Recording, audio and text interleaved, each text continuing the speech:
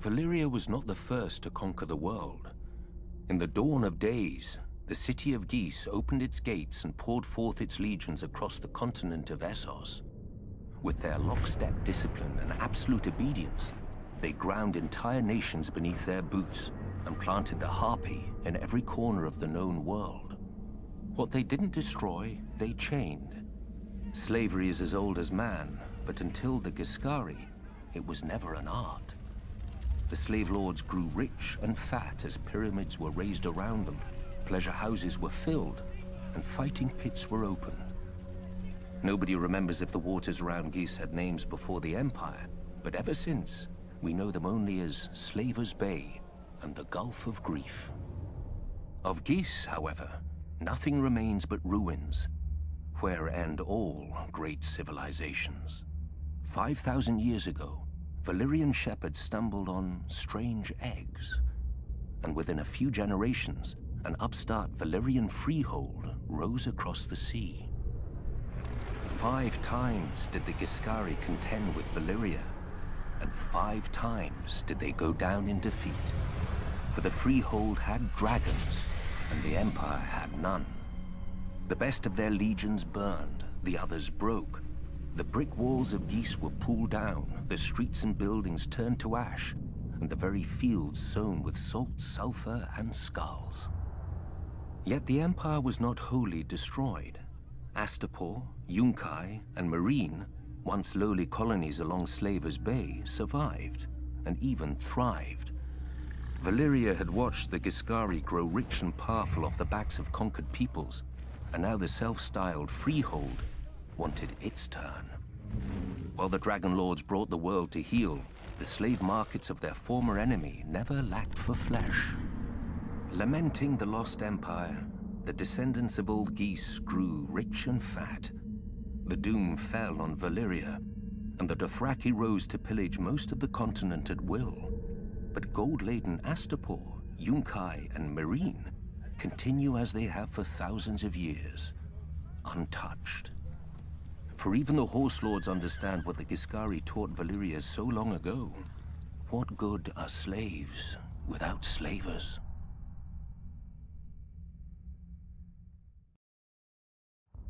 When the Doom claimed Valyria, the great Freehold fractured into warring cities and upstart nations, ripe for the taking. Out of these swarmed the Dothraki, the Horse Lords of the Plains who feared only defeat and dragons. And now the dragons were all gone. Under the great Khal Temu, they sacked and burnt every town and city in their path. No army could stand against them, because the Dothraki do not stand. The Horse Lords do not draw up battle lines or hide behind shield walls or lair themselves in armor. The Dothraki charge. Their blades are more scythe than sword, the better to cull the infantry ranks without breaking stride. Even their archers fire from horseback so that advancing or retreating, the arrows never cease. To the Dothraki, a man who does not ride is no man at all, without honor or pride. When the city of Qohor realized Khal Temu was coming, they strengthened their walls, doubled their own guards, and hired 2 full companies of sellswords. The Dothraki were used to glorified farmers with spears. Qohor would show them a proper army, with mounted and armored cavalry to match the horde's own. As an afterthought, the city leaders sent an envoy to Astapor to buy Unsullied. The slavers had always claimed that the Unsullied were the great Ghiscari legions come again. Few cared. The dragon-burned ruins of old Ghis were a stark reminder that the age of the foot soldier was over. The envoy had his orders, however, and quickly bought 3,000 Unsullied for the long march back. For Unsullied do not ride. But while they marched, Khal Temu arrived at Qohor. I can imagine how pleased the Khal was to finally face a challenge. By the end of the battle, crows and wolves feasted on what remained of Qohor's heavy horse. All the sellswords had fled. Qohor knew that the Dothraki would very soon break through the gates to rape, slave, and burn at their pleasure. Yet the next day, Khal Temu woke to find, before the gates, 3,000 eunuchs in formation, armed with only spears, shields, and spiked helms. The Unsullied had slipped past the Khals' army in the night while the Dothraki feasted. Khal Temo had many times their number and could easily have flanked the small force. But to the Dothraki, men on foot are fit only to be ridden down. 18 times the Horse Lords charged, and 18 times the Unsullied locked their shields, lowered their spears, and held the line against 20,000 Dothraki screamers. When the Khals' archers rained arrows on them, the Unsullied lifted their shields above their heads until the squall passed. And then they held the line. In the end, only 600 Unsullied remained, but more than 12,000 Dothraki lay dead, including Khal Temo and all his sons. The new Khal led the survivors past the city gates, where one by one, each man cut off his braid and threw it down before the feet of the Unsullied, defeated and shamed forever. Since that day, the Unsullied fill the ranks of cities and households wealthy enough, or desperate enough. Sellswords fight for gold, knights for glory, and Dothraki for blood. To a man, the Unsullied fight only to obey. With the right master over them, imagine how the forces of chaos would break against their shields. The conquerors, the madmen, the usurpers.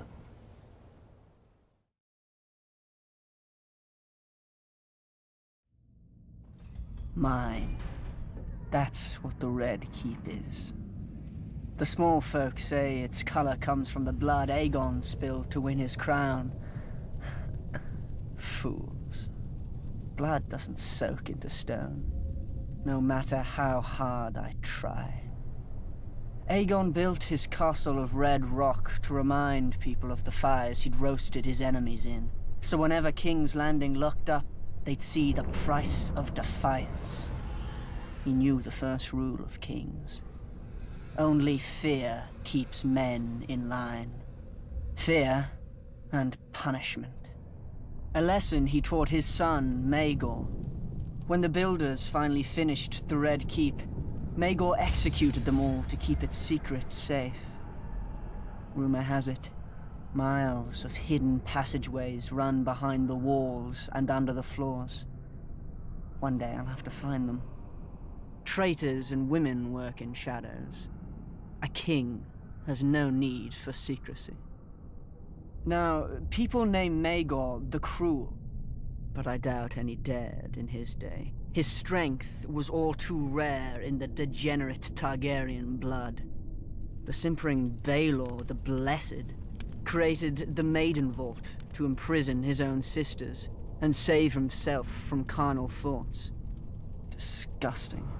Though, I admit a Prince Vault could be amusing when Tommen bores me. My favorite place in the Red Keep? There's so many. The Traitor's Walk, where I mount the heads of my enemies. It's a shame flesh rots so slowly. I've almost run out of spikes. The dungeons are also quite nice once you get past the first 2 levels.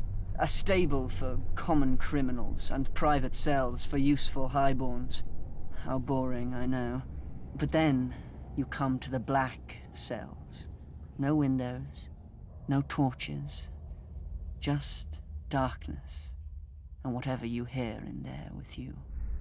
Here we keep the greatest traitors, until the king is ready for them, and with these, I often like to take my time.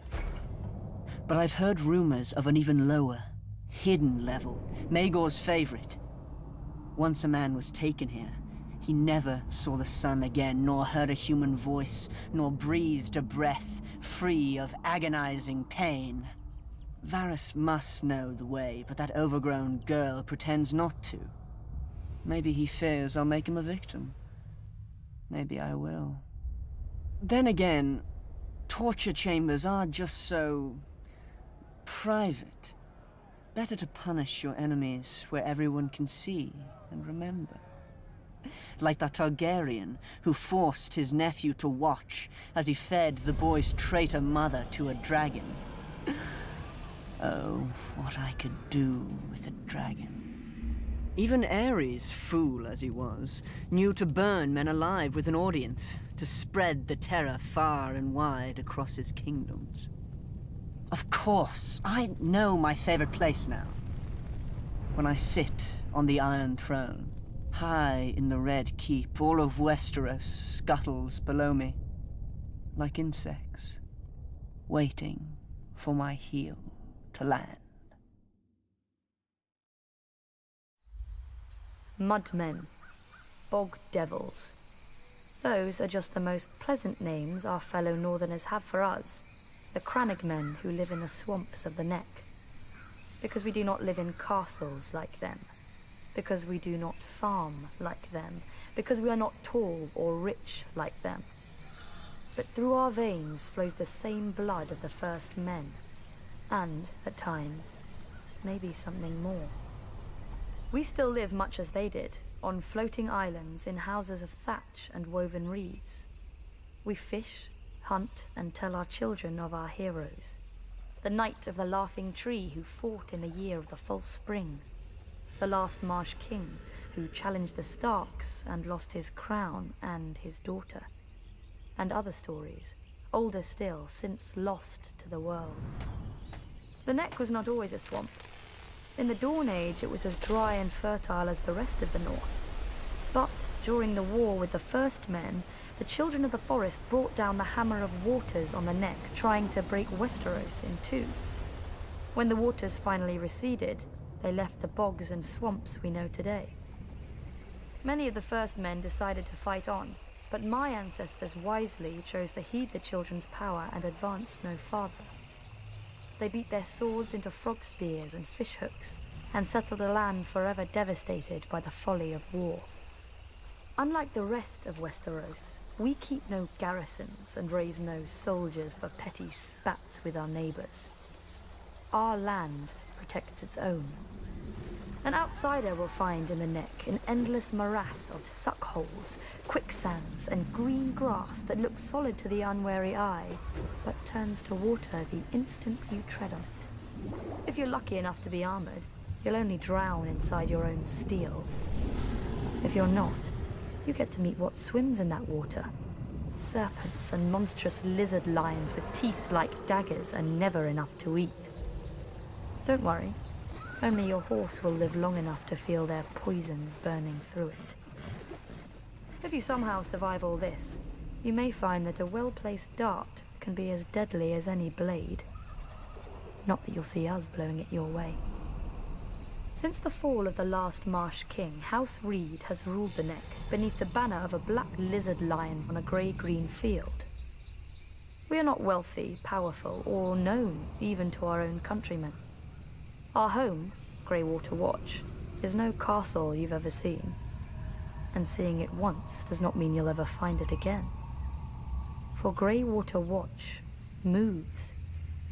Many would-be conquerors have died trying to find us. With war all around and our Stark Lord besieged on all sides, many more will doubtless soon try. They will look at us on a map and see a stranglehold for the north.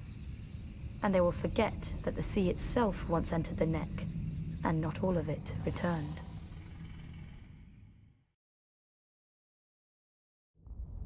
Like the Starks, the blood of House Bolton runs back to the first men. Singers call those times the Age of Heroes. A mask for a savage world that bred savage men. The Lannisters swindled their enemies. The Storm Kings hammered them, and the Starks cut off their heads. In such company as this, were the Boltons really so indelicate? Unlike some other houses, my ancestors owned the Bolton words, "Our blades are sharp." They passed down not a Valyrian greatsword, but a knife, honed and thin enough to fit between the topmost layer of skin and the tissue below, and peel. For as we all learned as children, a naked man has few secrets, a flayed man none. In those dark days, they say that some of my more willful forebearers would even wear their enemies' skins as cloaks. But no such tokens remain, if they ever existed. Certainly not hanging in some secret room in the Dreadfort, as old wives and fools insist. I suspect my house itself was responsible for spreading such rumors in the first place. Few weapons are as effective as terror, and this was an age of war. House against house, brother against brother. The Iron Men were on the rise, and never far from our shores. We must have seemed ripe for the taking, too busy fighting each other to deal with the raiders as they deserved. Thus the Starks took it upon themselves to unify the North, under them. They drove the pirates out of White Knife and claimed the eastern coast, and married the Marsh King's daughter for the neck. The Stark wrestled for Bear Island and won. Or so they say. Silly stories. Blood and Steel won the North, and the Starks had the most of both. After years of war, my ancestors gave up their barbaric practices and bent the knee to their new kings. Thus House Bolton became what we are today, loyal bannermen and staunch ally to the Starks, and the second greatest house in the North.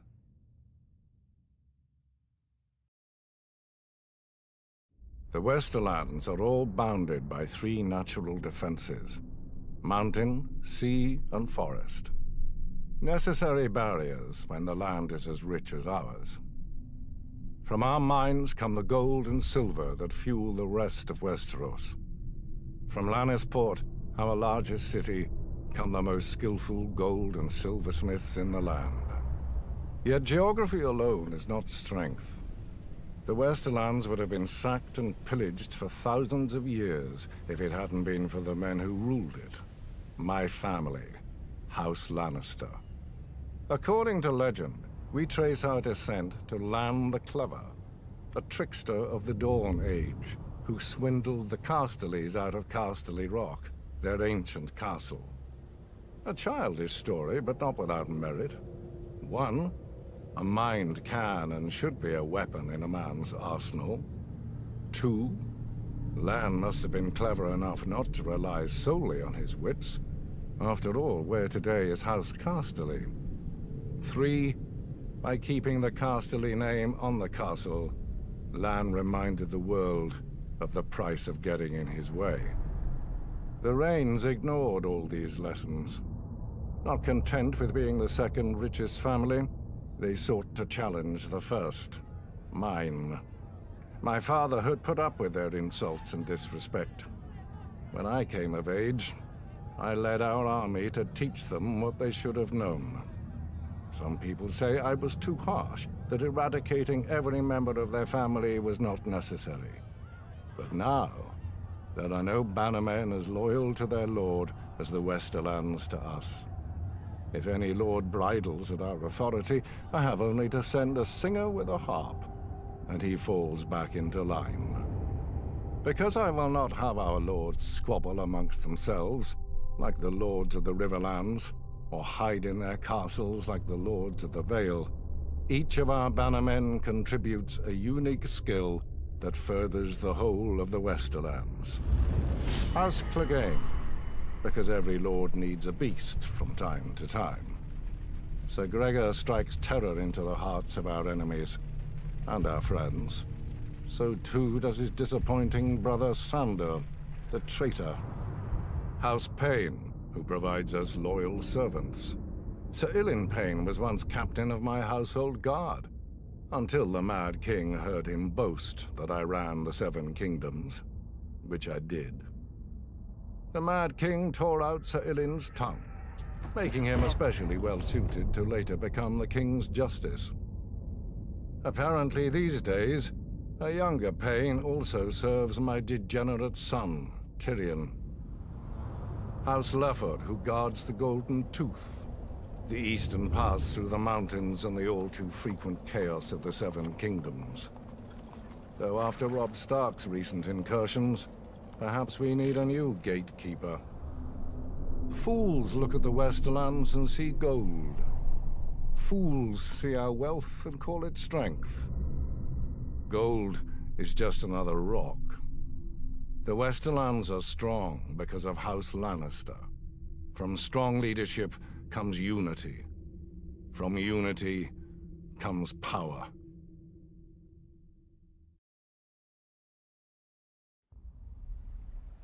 Tarth has lulled many a novice sailor into complacency. Our lush island sits on calm blue water like an emerald set into a sapphire. You would never guess that such a vision is only the sheath hiding the blade of Shipbreaker Bay, with its treacherous tides, unpredictable gales, and sharp rocks lurking just below the water's surface. The storms that blow through the bay water the Kingswood and Rainwood, two of the great forests of Westeros, and they give the Stormlands their name. Even without our weather, we have more than earned our name in strife. The first Storm King, Durin, started his reign by declaring war on the gods themselves. He loved the daughter of the sea god and the wind goddess, but they forbade the union. At their wedding, the gods unleashed their might, pulling down his hold and killing all of Durin's family and guests, though his wife shielded him. Durin vowed to rebuild, and when he did, the gods again destroyed his home. His counselors begged him to retreat inland, but he would not abandon his war. Finally, with the council of the Children of the Forest, or perhaps a young Bran the Builder, Durin raised a seventh castle that, try as they might, and still do, the wind and sea gods could not tear asunder. Durin took the name God's Grief and called his new home Storm's End. Having beaten the waters to the east, the Storm Kings turned their gaze to more practical enemies, the Reach, Riverlands, and Dorne. For thousands of years, the Storm Kings fought the Gardener Kings of the Reach and various families of Dorne for control of the Dornish marches just below the Red Mountains. The fighting didn't stop until Dorne married into the Seven Kingdoms, a mere 100 years ago. But still the houses of the Stormlands, such as the Dondarians, guard the Boneway, the mountain pass into the Marches, against any Dornish incursion. The Storm Kings had greater luck to their north, at first. They took the trident from the River Kings and built an empire that stretched as far as the Neck. But then the Ironborn swarmed out of their islands and pushed the Storm Kings out of the Riverlands. No doubt the Ironborn intended to expand their empire into the Stormlands. Before they had a chance, Aegon Targaryen landed with his dragons. While Aegon burned the kings of the Iron Islands, the Rock and the Reach, his fiercest commander and rumoured bastard brother, Orys Baratheon, set out to subdue the Stormlands. No matter how fierce a warrior he was, no one could have envied his task. Storm's End had seen thousands of years of war and never fallen. But Argilac, the Storm King, chose not to barricade himself behind its walls and gave Orys the battle he must have hoped for. Orys slew Argilac and took Argilac's castle, kingdom, daughter, sigil, and house words. House Baratheon became the Lord of the Stormlands. Targaryen rule quieted the Stormlands for the most part, until Robert rebelled against the Mad King. His first challenge came not from the crown, but from his own bannermen, who tried to join forces against him. Robert struck first, defeating 3 armies in a single day at Summerhall. The victory cemented Robert's control of the Stormlands, and he was able to march on the Reach and Riverlands with no enemy to his rear. Yet not all of Robert's bannermen sided with him. Sir Barristan the Bold came from the Stormlands, but as the pre-eminent member of Aerys Kingsguard and greatest knight in the realm, Sir Barristan remained loyal. After Robert's decisive victory on the Trident, Robert sent his own maester to care for his countryman Sir Barristan, who had suffered grievous wounds whilst fighting so hard to kill him. Later, when the Kingslayer betrayed Aerys, Robert pardoned Sir Barristan and even took him onto his own Kingsguard. When Robert lifted Mace Tyrell's ill-managed siege of Storm's End and returned to his ancestral home, he realized the dream of all the Stormlords before him, to rule the 7 kingdoms.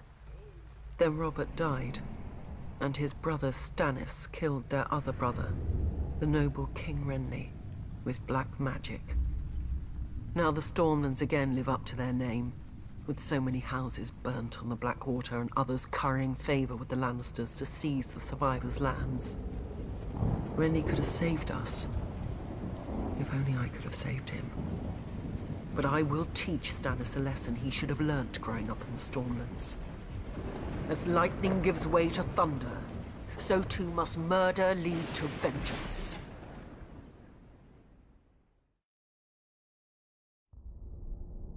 Valyria was not the first to conquer the world. In the dawn of days, the city of Ghis opened its gates and poured forth its legions across the continent of Essos. With their lockstep discipline and absolute obedience, they ground entire nations beneath their boots and planted the harpy in every corner of the known world. What they didn't destroy, they chained. Slavery is as old as man, but until the Ghiscari, it was never an art. The slave lords grew rich and fat as pyramids were raised around them, pleasure houses were filled, and fighting pits were opened. Nobody remembers if the waters around Ghis had names before the Empire, but ever since, we know them only as Slaver's Bay and the Gulf of Grief. Of Ghis, however, nothing remains but ruins, where end all great civilizations. 5,000 years ago, Valyrian shepherds stumbled on strange eggs, and within a few generations, an upstart Valyrian Freehold rose across the sea. 5 times did the Ghiscari contend with Valyria, and 5 times did they go down in defeat. For the Freehold had dragons, and the Empire had none. The best of their legions burned, the others broke. The brick walls of Ghis were pulled down, the streets and buildings turned to ash, and the very fields sown with salt, sulfur, and skulls. Yet the Empire was not wholly destroyed. Astapor, Yunkai, and Meereen, once lowly colonies along Slaver's Bay, survived, and even thrived. Valyria had watched the Ghiscari grow rich and powerful off the backs of conquered peoples, and now the self-styled Freehold wanted its turn. While the Dragon Lords brought the world to heel, the slave markets of their former enemy never lacked for flesh. Lamenting the lost empire, the descendants of old Ghis grew rich and fat. The doom fell on Valyria, and the Dothraki rose to pillage most of the continent at will. But gold-laden Astapor, Yunkai, and Meereen continue as they have for thousands of years, untouched. For even the Horse Lords understand what the Ghiscari taught Valyria so long ago. What good are slaves without slavers?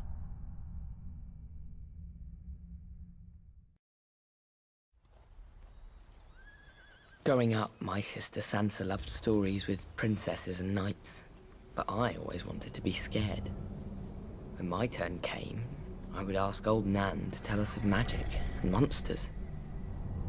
Long ago, when the world was new, the children of the forest sang the song of the earth, and the earth listened.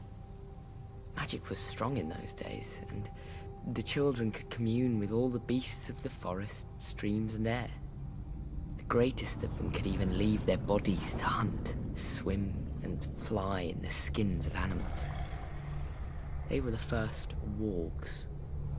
Then, the first men came, with fire and sword. They burned the weirwoods and cut down the children. Calling on dark magic, the children raised the sea and shattered the land bridge that the first men had crossed into dawn. When that failed, the children brought down the hammer of waters upon the neck, flooding and transforming it into the bog it is today. After peace came, the two races shared the land and the children's gods for thousands of years. Now comes the good part. Nobody knows how or why, but the magic of the children began to emerge in men. Maybe one child in 1,000 would be born a warg. Fewer still would be born with the sight. Old Nan would not speak of it, and Maester Lewin never believed in it. But with it, the children could know of events far away and even those still to come. Some say the sight was the children's most powerful and terrible secret, and helped turn the tide during the long night. Magic has since fled our world. Among the small folk, any child suspected of being a warg will be left out to die. Beyond the wall, though, a careless hunter might still find his prey has claws and teeth, and a man's mind to guide them. For the wildlings have a different idea of monsters. But even wildlings keep their distance from a warg, because, and here, old Nan would lean in close and whisper, how can you tell if the man is wearing the beast, or the beast is wearing the man? Now, old Nan has no more tales, and Maester Lewin will never scoff again. That's fine. I don't like scary stories anymore. Because I'm in one.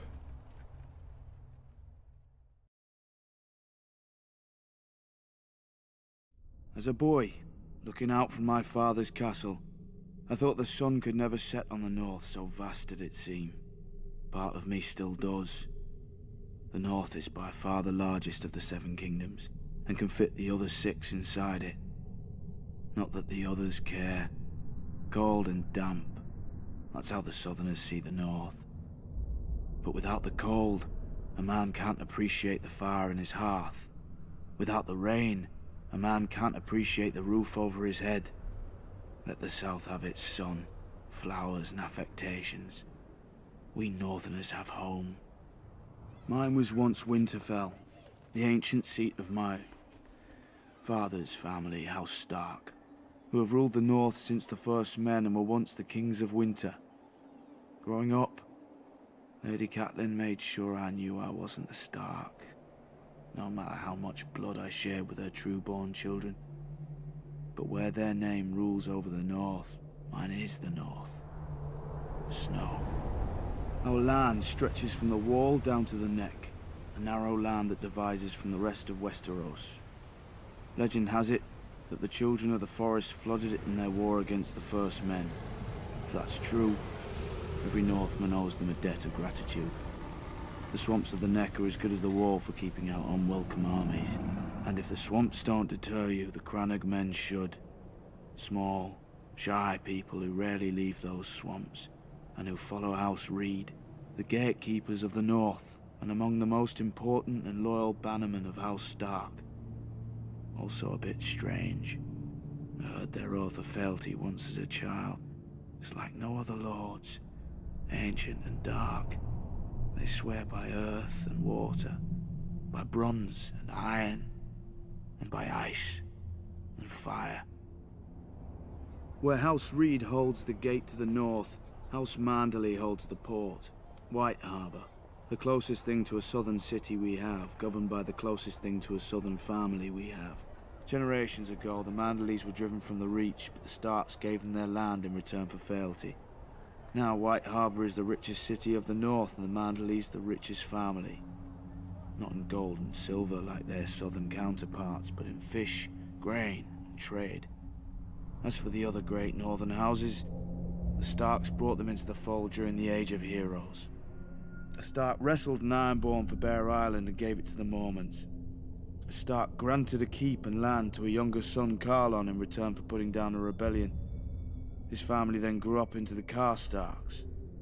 Starks fought the wildlings and their kings beyond the wall beside the Umbers of Last Hearth, thus earning their fealty. Boltons. Back then they were the bane of the north. A few were even rumoured to wear their enemies' flayed skins as cloaks. But after centuries of war, they too bent the knee. And so House Stark became the kings in the north, but never forgot that they weren't the north.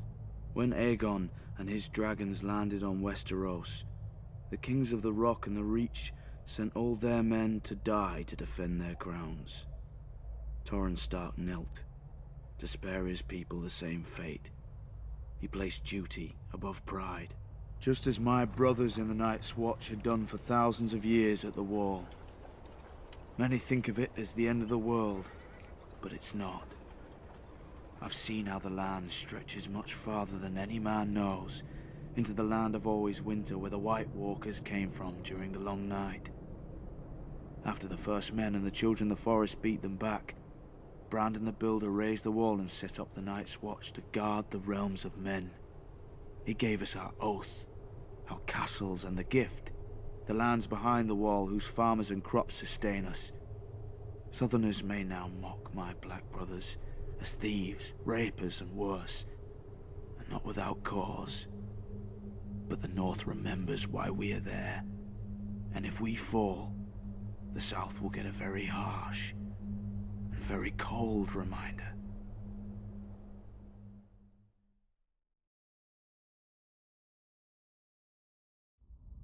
Men have fought over the Riverlands since the Dawn Age, though that's to be expected of things that rest below the neck. Doesn't help that the Riverlands are between everything and everything else. The Westerland's gold, the Reach's grain, the Vale's rock, and the North's snow? House Mud once ruled as the kings of the rivers and hills, but after 1,000 years their line was exhausted and fell to the Storm Kings, who fell to the Ironborn. I suppose after years of drowning at sea, our rivers look pretty attractive to that race of pirates and rapers. Never mind that their monstrous castle, Harrenhal, was too large to staff and garrison. It turned out the Ironborn wouldn't be there long enough to bother. Aegon Targaryen landed to our south, and, as had many before him, liked the look of the Riverlands. My ancestor Edmund Tully led the desertion of Riverlords to his cause, and was rewarded by getting to watch King Harren burn in his own tower. Unfortunately, that's not all Edmund got. House Tully was named the Lord Paramount of the Trident, which means we had to keep in line all those lords who hadn't governed themselves for thousands of years. We were now responsible for aiding the Malisters at Seaguard against the pouting Ironborn whenever they got cheeky.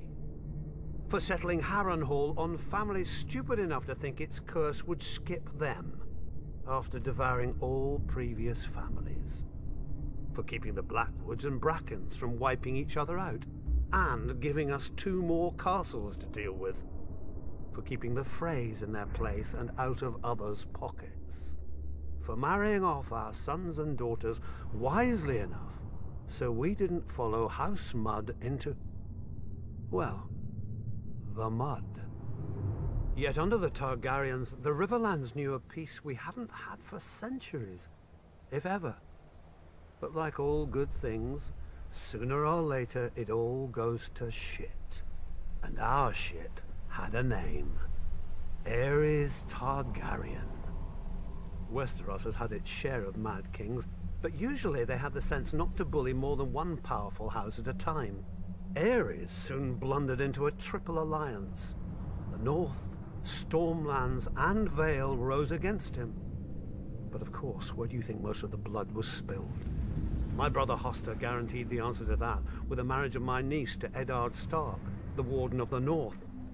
At least Hoster didn't send her to Robert. So, the Riverlands joined the war against the Mad King, and it was on one of our rivers that Prince Rhaegar died, sealing the fate of his dynasty. Robert was a great soldier and a horrible king. Drinking and whoring are their own brand of madness when you sit on a throne that everybody wants.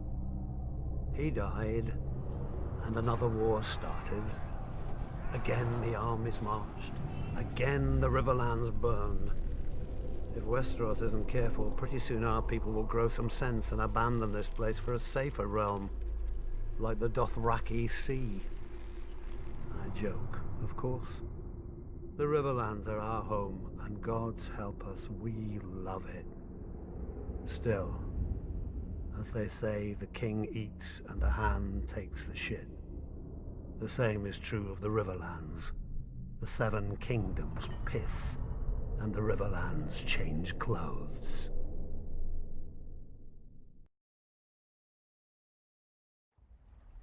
Other houses chose dragons, krakens, and lions for their sigils.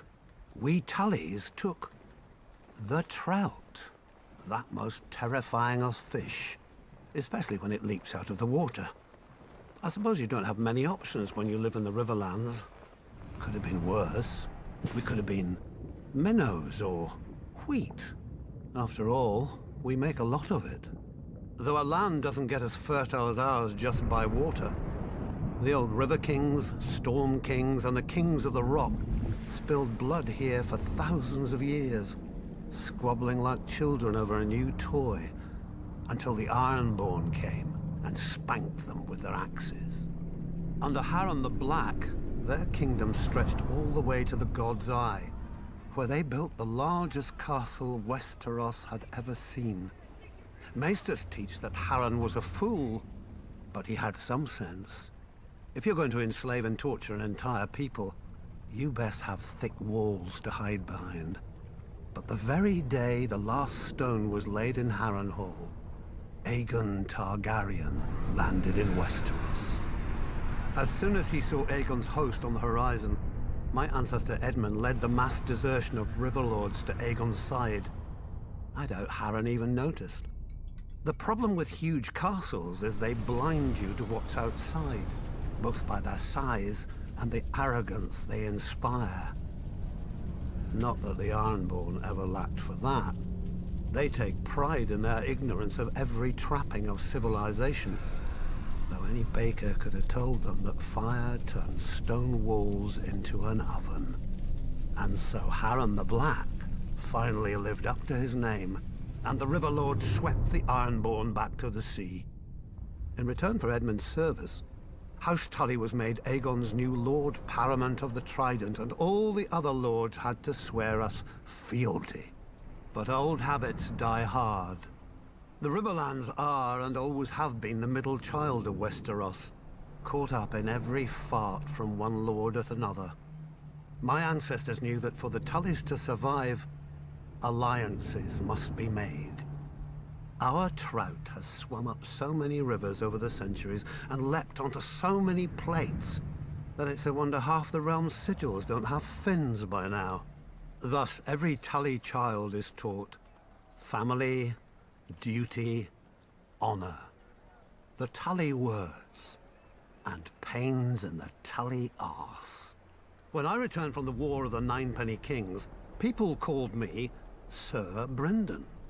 But my older brother Hoster called me Engaged. A great match with a very rich house, to be sure. But I just fought and killed a great deal of men and had no desire to be told when and whom to marry.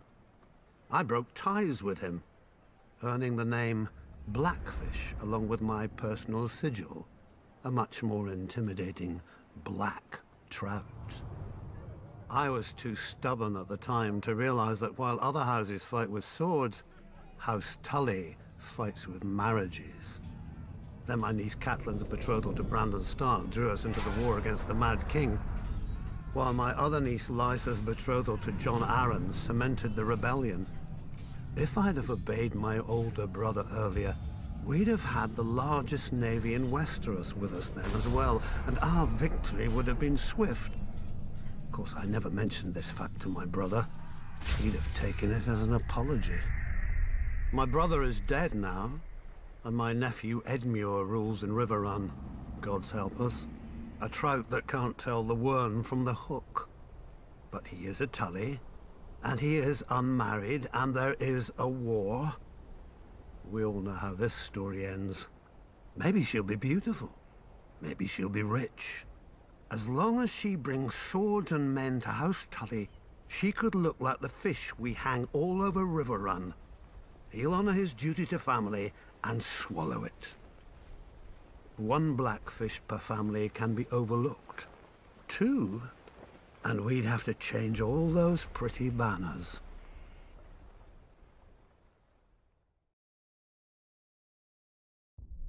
The Reach is aptly named.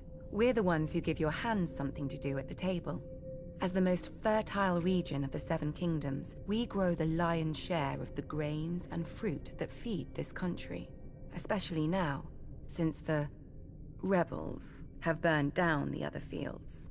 Thankfully, House Tyrell is here to do its duty to the crown and keep the capital from starvation. Yet, as with all gardens, weeds grow in the Reach too, though few name them as such. Singers fill our heads with chivalry and courtly love, fluff to make boys fight and girls swoon.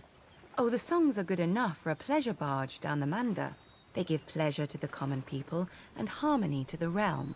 But if the rise of House Tyrell proves anything, it's that virtue and honor have their place, And if you're not careful, that place is the grave. Unlike the Lannisters, Starks, and Arryns, we were never kings in our own right. House Gardner ruled the Reach since the Dawn Age, and we were their stewards. While they warred to enrich their already rich domain, we managed their castle of Highgarden. But then Aegon Targaryen landed with his dragons. Nobody knows why the Gardener King took the field against him. Anyone could see that a man who grows flowers should beware a man who grows fire-breathing monsters. But maybe it wasn't wholly his idea. Maybe someone whispered in his ear about all the face he'd lose with the other 6 kings if he stayed home. The rest is history. The last Gardener King lost his face, along with his body, and his steward Harlan Tyrell promptly yielded Highgarden to Aegon. My grandmother swears that Harlan was like most of our men, and grew up banging steel together too loudly for a thought to penetrate. But luckily, his wife had better sense. Whatever the case, in return for Harlan's show of sense, Aegon proclaimed House Tyrell the Lords of the Reach and Wardens of the South, passing over all the other houses with better claims. House Hightower, who were kings before the Andals came, their seat is the oldest city in Westeros. They call it Old Town. Wealthy, proud, and solitary, there have been Hightowers who wouldn't come down from their great lighthouse for decades. Its name, fittingly, is the Hightower. House Florent, who had actual blood ties to the Gardeners. They whinge about their ancient rights to Highgarden every once in a while, and now that their daughter is married to Stannis Baratheon, about their rights to all of Westeros too. Apparently, putting a fox on your banners doesn't impart a fox's wiles. House Tarly, who still gives the Reach the best soldiers it has. If Aegon had named them as his lords, the Reach would have become the greatest military camp in the world, until it starved to death. The price for conscripting all the farmers. Yet Aegon chose us. Centuries later, when his descendant Aerys faced rebellion, the Reach stayed loyal. Mostly. My father, Mace, dealt Robert his only defeat in the war, even if it was my father's vanguard who did most of the fighting before he arrived. After the Battle of Ashford, we laid siege to Storm's End, Robert's home. Unfortunately, the war ended before we could take it and free up our armies to go save the king. The new King Robert had a forgiving nature. Our crimes were brushed aside without even one execution for the sake of formality. Our family was surprised until Robert's new hand, Jon Arryn, came by with the bill. The Reach is second only to the Westerlands in wealth, and Robert meant to spend as much of it as he could get his hands on. We gave him the coins he wanted, and later, when he wanted our grain or fruit or wine, he gave them back at whatever price we set. Now, much of Westeros is ashes. The rest of it is armies. As the Starks are fond of saying, winter is coming, and for leagues outside the capital there isn't a harvest to be seen. Have no fear. The Reach is, as always, bountiful. House Tyrell will manage the harvest and keep the Seven Kingdoms from starvation, like the good stewards we once were. Just ask House Gardner. Impregnable. That's how the Vale sees itself.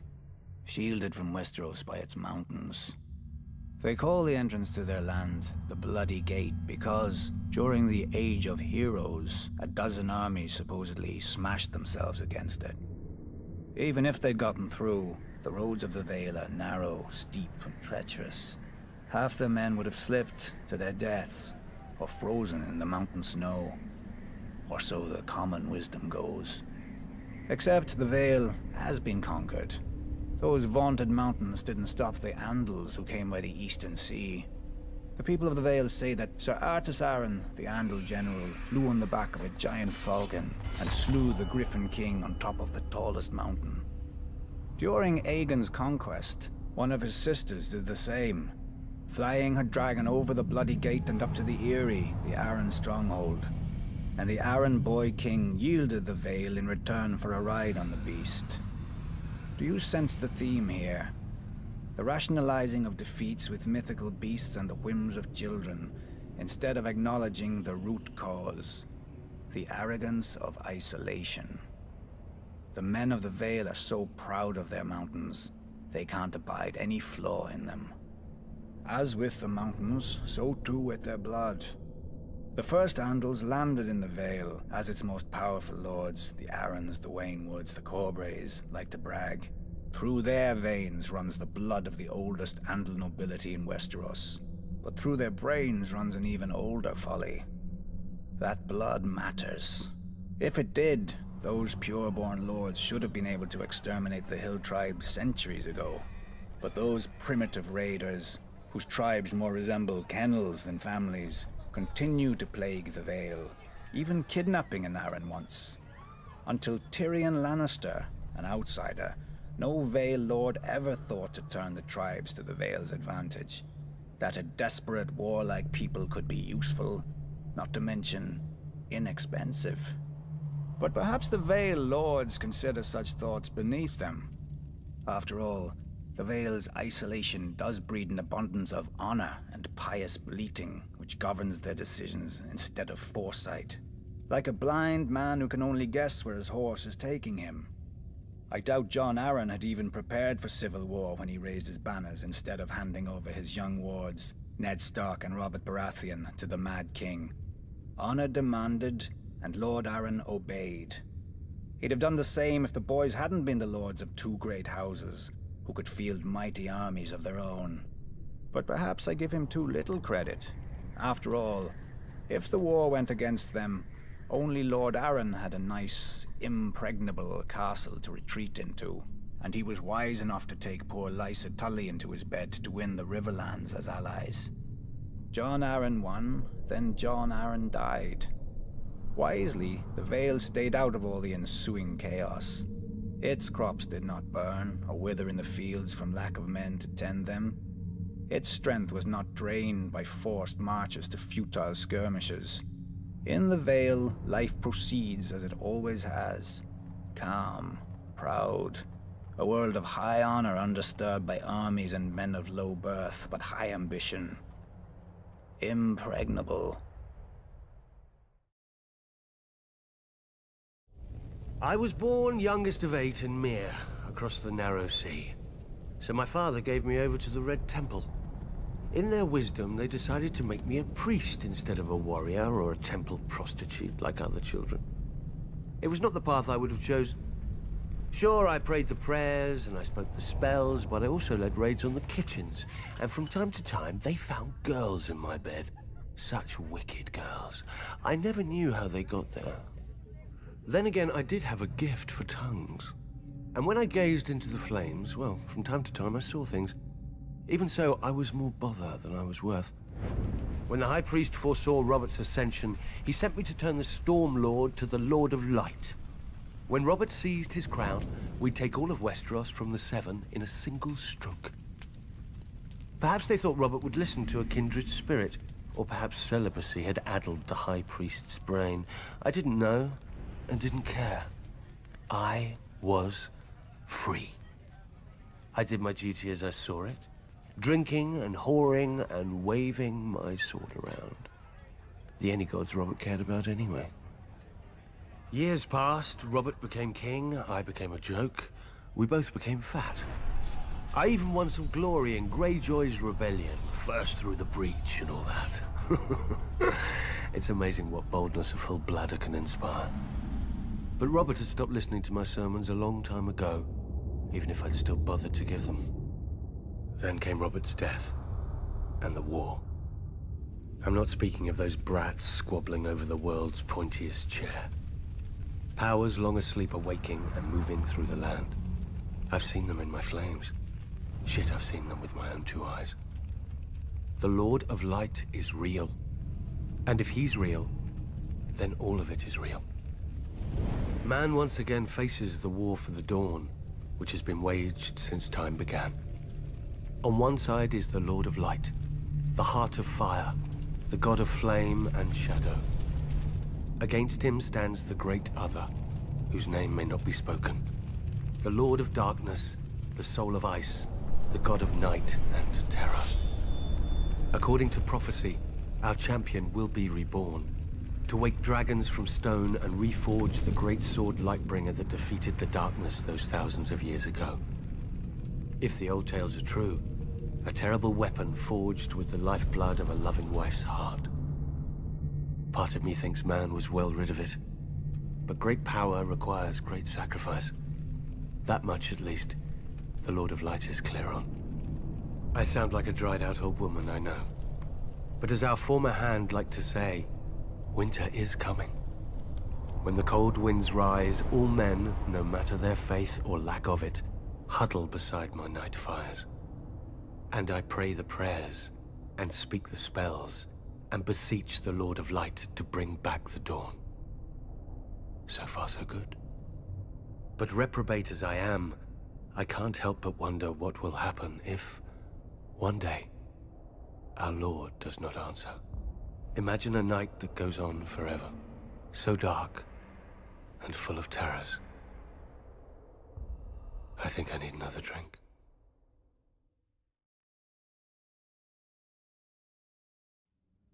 For 300 years, the Targaryen dynasty ruled Westeros.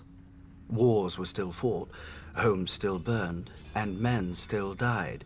But compared to the chaos of what came before, the realm was stable. And boring. The Targaryens lied, thieved, and killed as much as other lords. They just had dragons to answer all complaints. Until they didn't. When the last dragon died, it was only a matter of time before the Targaryens followed. By only, you mean another century? Which they wasted trying to replace their lost advantage. Incinerating their own palaces to hatch dragon eggs, drinking wildfire to become dragons, and let's not forget the Mad King's favorite, burning men alive so he could pretend to be a dragon. We urged Aerys to pardon Brandon Stark. The boy had threatened Prince Rhaegar, but Rhaegar had stolen the boy's sister. And the boy was the eldest son of our Warden of the North. Who's the greater fool, a Mad King or the man who reasons with him? Aerys saw knives in every shadow. When you told him to treat the Starks with caution, you made him afraid. And what he feared, he killed. I wouldn't have thought you, of all people, would bother with recriminations for Brandon's death, Lord Baelish. Not after your, shall we call it, duel with him? Brandon was as arrogant as he was stupid. Like his father, Lord Stark, who answered Aerys' summon to the capital. They earned their fates. But the younger son, Ned, what was his crime? That Aerys ordered his death as well. Unlike men, families don't die when you lop off their head. At the very least, you should have pointed out that loyal and dutiful Ned was living with Jon Arryn, a proud and over-righteous lord with an impregnable castle and no sons of his own. Perhaps you could have spared Aerys the embarrassment of revolt. If only we'd had the foresight to consult you, Lord Baelish, but I suppose first we'd have had to know who you were. Nobody knew Robert Baratheon either, yet he claimed the right to sit on the Iron Throne. He had Targaryen blood, through his mother. A pretty dress for an ugly truth. It was war, and he could swing a hammer harder than the other options. When did you know you'd lost, Lord Varys? When Robert Baratheon killed Prince Rhaegar on the Trident. Wrong. You lost the war when you let Ned Stark slip back into the north. Neither the bloody gate of the Vale or Moat Cailin in the north have ever fallen. They could have held out for years, even if you'd killed Robert. But you let him slip through your fingers as well. I told the court that Robert was hiding in the Stony Sept, but the hand of the king wasted too much time searching the city. Something about the glory of single combat. Then Ned Stark's army arrived to save the day. Too bad Lord Tywin wasn't the hand any longer. He would have simply razed the town and been done with it. Perhaps. And perhaps the rebels would have found even more of the countryside flocking to their banners. I'd almost forgotten. You weren't always so loyal to the Lannisters during the war, were you? I did my duty to the realm. When Lord Tywin showed up at King's Landing professing loyalty, I warned Aerys not to open the gates. Prince Rhaegar was dead, our army scattered. The lion does not stir unless he smells meat. I admire your powers of persuasion, Lord Varys. Few could traffic in so many secrets to so little avail. Grand Maester Pycelle told Aerys what he wanted to hear, that his old friend Tywin was there to save him. Then Aerys' old friend sacked the city, and his son stabbed Aerys in the back. A regrettable, though necessary action. As were the pardons the new King Robert bestowed on the Royalists. Mace Tyrell, Barristan Selmy, you. King Robert wisely chose order over vengeance. Jon Arryn wisely chose for Robert, but Jon Arryn died. Then Robert, then Ned. So ended their glorious revolution. And Westeros has been burning ever since. Let it. How Targaryen of you. One of the mad ones. Fire turns even the proudest oaks to ash, leaving newer roots space to climb. Some houses rise to power through strength, others through wealth. House Frey gained its title through cunning. Centuries ago, its founder looked at a map and noticed how the trident spears the neck, cutting off the north from the south. He realized that a river of gold would flow to the man who owned the right bridge across the water. It took the Freys 3 generations to complete their forefathers' vision. A massive arch of smooth grey rock, wide enough for 2 wagons to pass abreast. When they were done, they built high curtain walls, deep moats, and heavy gates to protect the approaches, and put up squat, ugly, formidable keeps on either bank. The Twins, commanding both road and river with arrow slits, murder holes, and portcullises. The Twins ensure that no one crosses without begging the Freys' leave and paying the Freys' toll. The plan worked. The family grew rich and powerful, exacting gold from lords, merchants, and poor farmers. A good thing too, given the number of Freys the bridge has to support. The current Lord Walder Frey has seen over 90 name days and sired near as many children, true-born or otherwise. A shameful thing in any other lord, but Walder Frey possesses no shame. A dangerous thing for any other lord, but Walder Frey has no concern for heirs or fear of their impatience. Perhaps Lord Frey thinks to outlast them all. Given the infighting he encourages among them, perhaps he will. Whatever the case, House Frey does nothing so well as survive. When the Ironborn conquered and razed the Riverlands, the Freys hid in their castle. When Aegon and House Tully swept the Ironborn back to their islands, the Freys hid in their castle. When my ancestor demanded their allegiance as Aegon's new Lord Paramount of the Trident, the Freys bent the knee from their castle. Perhaps then we should not have been surprised when my father, Lord Hoster Tully, called his banners against the Mad King, and Lord Walder didn't answer. The Baratheons, Starks, Aarons, and Tullys, some of the oldest and greatest houses of Westeros, fought and bled for the cause of justice, while House Frey hid in its castle and waited.